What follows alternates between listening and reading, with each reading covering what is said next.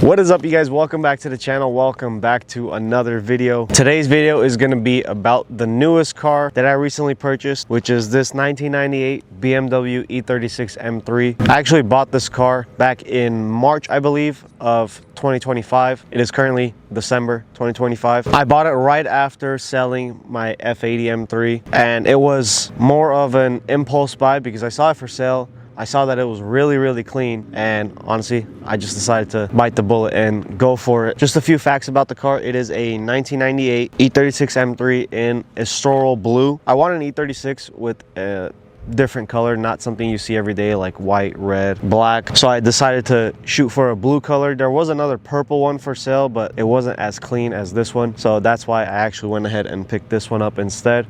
They were basically around the same price range. He had this one listed for around $26,000, I believe, but I did not get it anywhere near that price. I actually picked it up for $18,800. In my opinion, it's a good deal. It has it had 134,000 miles when I picked it up. Now it's currently at around 135. I put less than 1,000 miles on it this entire time of ownership, which is actually the reason why I'm selling this beautiful thing. The only car I really drive is my Laguna Seca Blue E46 M3. This one is parked. The F80 was parked. I have a E34 540 that's actually parked 99% of the time, which you guys will see that in a later video, and you'll see the full build process on that. But yeah, moving on to this car. It does have a lot of mods. I know it looks fairly stock to you guys, but the previous owner did a lot of work to it. He actually had it in storage since like 2015. He paid like $60,000 in just storage. He was paying like 500 bucks a month. I mean, he seemed like a rich guy in a rich area, so I don't think that really mattered to him, but he paid definitely much more than what the car is worth in just storage fees and like a very nice little storage facility area. But yeah, let's have a look around the car a little bit. The car itself is almost immaculate. I don't know how well this camera picks up the paint, but there are like hardly any rock chips in the front. The car did come with a few light mods on the exterior. It has the clear corner lights. We have a brand new set of non-HID headlights, which I don't really like, but they are clean, so I don't mind it. Brand new set of front kidney grills, OEM chrome. I don't really like the blacked out look on the kidney grills. I think it matches the corner lights and the wheels and everything well. It blends well together. Basically an OEM front end. On the rear, we have matching clear tail lights, which is the best look on this. I don't like it when people go with the smoke tail lights. It just doesn't look right. And the amber ones sometimes look right on different colors, like a green example of this car. One other mod that the car did come with is this Eisenman catback exhaust. Honestly, I love the way this thing sounds. I'm a fan of the active auto work one on these cars, but this Eisenman sounds just as good. Let me start it up for you guys, and hopefully the camera can catch a good audio clip of what this thing sounds like.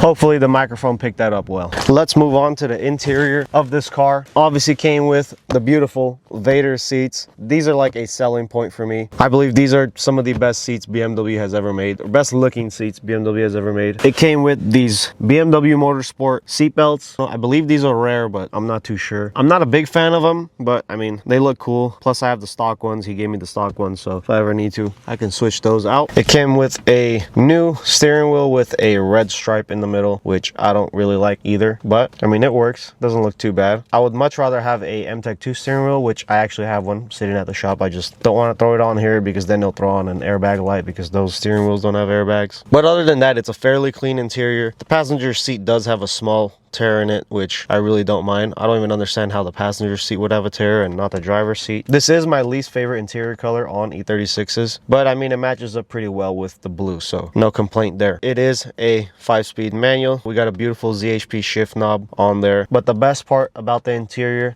are these beautiful door panels, because if you guys know E36s, you know that these damn door panels just sag and break off and fall off. You might open your door one day and the door panel will stay in its position and the door will open. So I'm happy that those door panels are in good condition. And another thing is the sagging glove box, the infamous sagging glove box on E36s. These things tend to sag so much, but this car was either fixed at one point or it never sagged, so pretty happy about that. We also got a set of metal M design pedals on here. I don't know if those are OEM or not, but those look pretty nice. Interior is well sorted in my opinion. Now let's move on to the best part of this car, the engine bay. This thing is very well kept. He gave me a big old folder of service records for this car. He had a lot of stuff done to this car. I don't even remember exactly what was done to this car. There's so many things, but just a few mods that obviously stick out. We have a beautiful Dynon front strut brace with the nice carbon fiber on there. The most obvious mod is the Dynon front mount intake.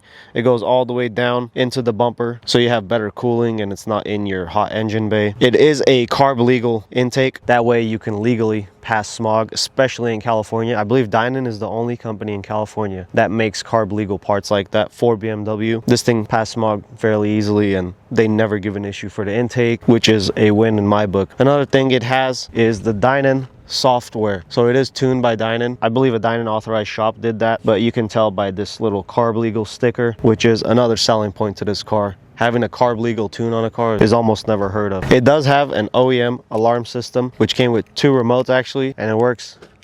I don't know if you guys can hear that, but unlocks and locks the doors. My E46 doesn't even have that. The key on my E46 doesn't even unlock or lock the doors, so I love that at least this car has that, and it's even older. To pair up with the front strut brace, it also has this rear Dynon strut brace, which honestly I believe I can put a Dynon badge on this car. There's so many Dynon parts. I should probably apply for that Dynon badge. That might add a little bit of value to this car. The car is lowered on Bilstein shocks, I believe, and H&R lowering springs. You honestly can't really tell that it's lowered. The only thing I don't like is that it kind of has reverse rake. The rear is a little bit lower, looks a little bit lower than the front does, but the only way to really fix that is to get some coilovers installed. If I do end up keeping this car and not selling it, I will definitely install some coilovers and maybe some new wheels. But yeah guys, that brings us to the end of this video. I hope you guys enjoyed my little review kind of thing for my E36 M3. Let me know in the comments below if you guys enjoy this type of video or not. Honestly, I'm just trying different ways to shoot videos and I'm just trying out a few things video wise. So let me know what you guys think about this video. So I hope you guys enjoyed it. Make sure you guys hit that like button. That helps the channel the most. Hit that subscribe button if you haven't already. I know if you haven't. And comment down below what you guys think about the build, and I will see you guys in the next one. Peace.